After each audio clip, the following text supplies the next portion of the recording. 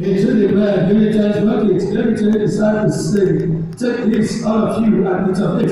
For this is my body, which will give it up for you.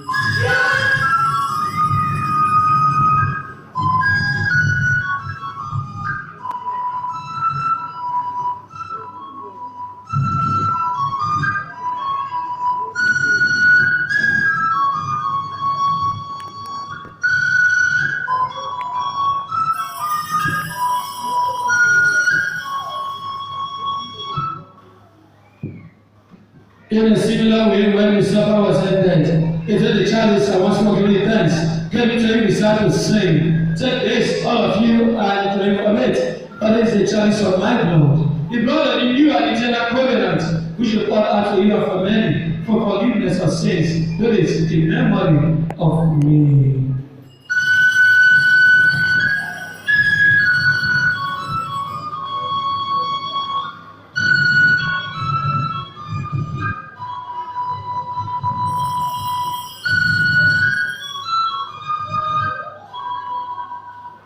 The